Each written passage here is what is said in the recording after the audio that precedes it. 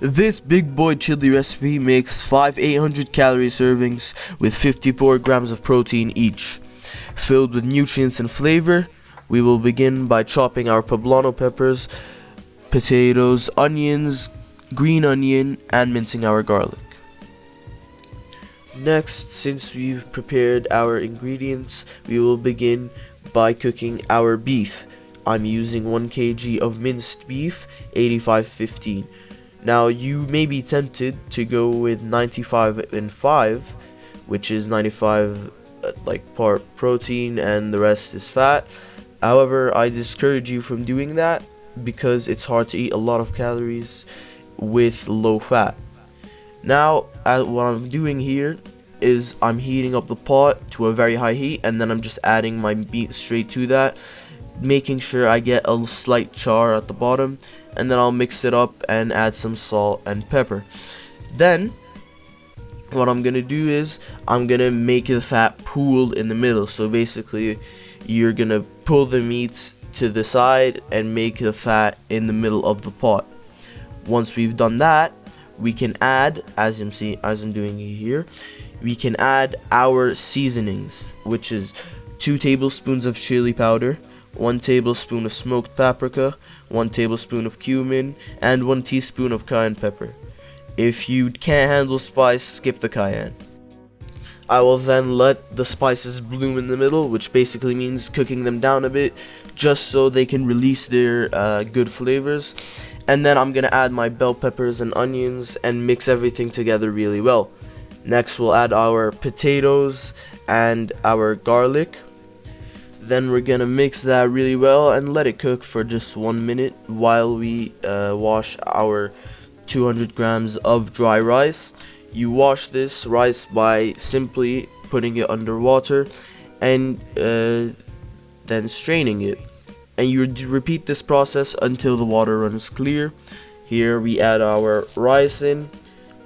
And we mix it really well. Now, I know that rice isn't a common part or component of chili, but that's what makes this big boy chili. Then we'll add our diced tomatoes and our tomato sauce. I'm just using any brand I found in the pantry, to be honest. After this, we're gonna add our red kidney beans and our beef broth. All of this, we'll mix everything up together, and then we'll let it simmer for a bit. If you like your chili more soupy consistency, I would recommend you add more water beforehand, as this is a chunky chili, I guess. Now, once you've added all of your ingredients, mix everything really well, and then let it simmer for 10-15 minutes. Doesn't really matter how long. Once you've done that, make sure you taste your food and season it accordingly. If it needs more salt, pepper, whatever you want. And then we can get straight to plating this. Make sure when you've done simmering them that the potatoes are cooked and that so is the rice. I would just recommend making the potatoes or dicing them in a small shape so they cook faster. Now I'm going to be separating my chili into 5 different containers. Now you can measure it and do all of that, but to be honest, it wouldn't really matter since you're going to be eating all of these meals by the end of the day, by the end of the week I mean, and it will just even out.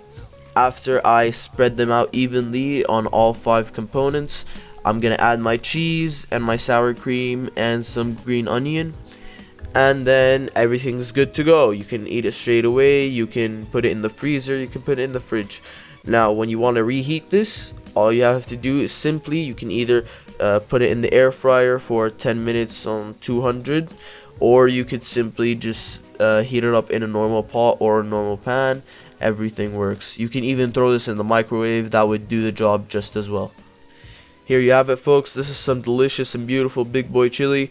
All nutritional value of all of the ingredients and the macros will be in the description of the video in addition to the recipe. I hope you guys enjoyed.